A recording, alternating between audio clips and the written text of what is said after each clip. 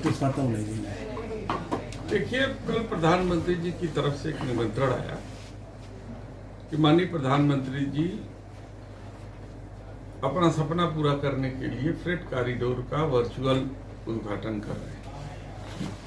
मैं लगातार उसका विरोध कर रहा हूं। मैंने सदन के अंदर विरोध किया, सदन के बाहर विरोध किया, क्योंकि वह 0.01% भी सफल नहीं है, क्योंकि गंगा नदी में पानी नहीं रहता।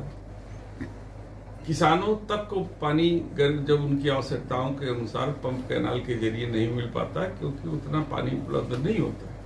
केवल 2 महीने बाढ़ जब रहती है तो हो सकता है कि उसमें जल परिवहन या पोत परिवहन जो है वो चल सके।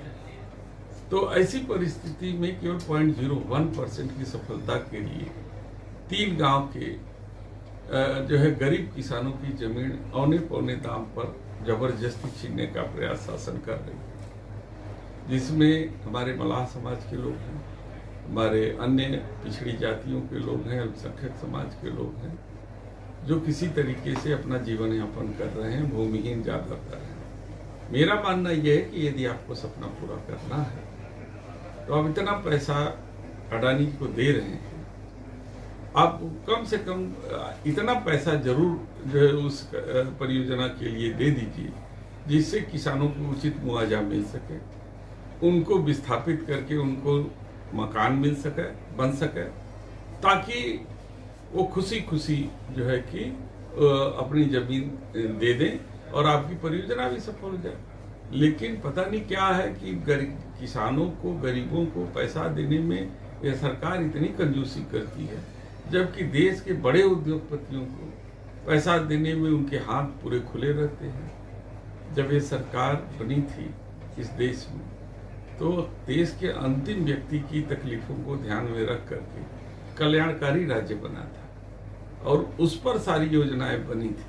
लेकिन आज उल्टा ही है, देश के सबसे बड़े व्यक्ति के जो है कि परिस्थितियों को देख करके उनके कल्याण के लिए सारी परियोजनाएं बनती है।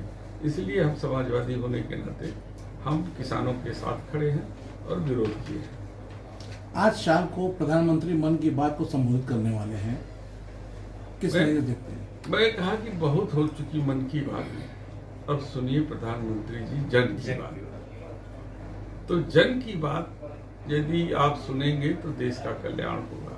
अब जनता उब गई है, इसलिए अब रेडियो पर न करके टीवी पर चेहरे के साथ मन की बात करने जा रहे हैं। अभी डिप्टी सीएम कल आए थे ब्रिजेश पाठक, उन्होंने अगले सालों को टारगेट करके कुछ कहा है, तो आपकी राय क्या है? मैंने पहले भी एक चैनल में इंटरव्यू में कहा था कि ब्रिजेश पाठक जी जब बहुजन समाज पार्टी में थे तो इसी भारतीय जनता पार्टी को बहुत अपशब्द देते थे, गालियां देते थे और फिर उसी में चले गए। आज उनकी दृष्टि समाजवादी की तरफ है, तो समाजवादी को जो गालियां दे रहे हैं, तो हो सकता है कि भविष्य में निगाहें उनकी समाजवादी की तरफ, तो इसलिए इस पर बहुत विशेष। क्या लगता है आने वाले समय में ब्रिजेश पाठक समाजवादी पार्टी में शामिल होंगे? जो मुझे कहना था मैंने कह दिया, अब अंदाजा लगा लीजिए। रालूपुर है, वहाँ के किसानों की जमीन आप औने पौने दाम पे ले रहे हैं। तो मेरा अनुरोध है कि बिना उनको उचित मुआवजा दिए, जो जिनके घर उजड़ जा रहे हैं उनको विस्थापित किए बिना आप जो है वो उनकी जमीन मत छीनिए, उनको बेघर मत कीजिए।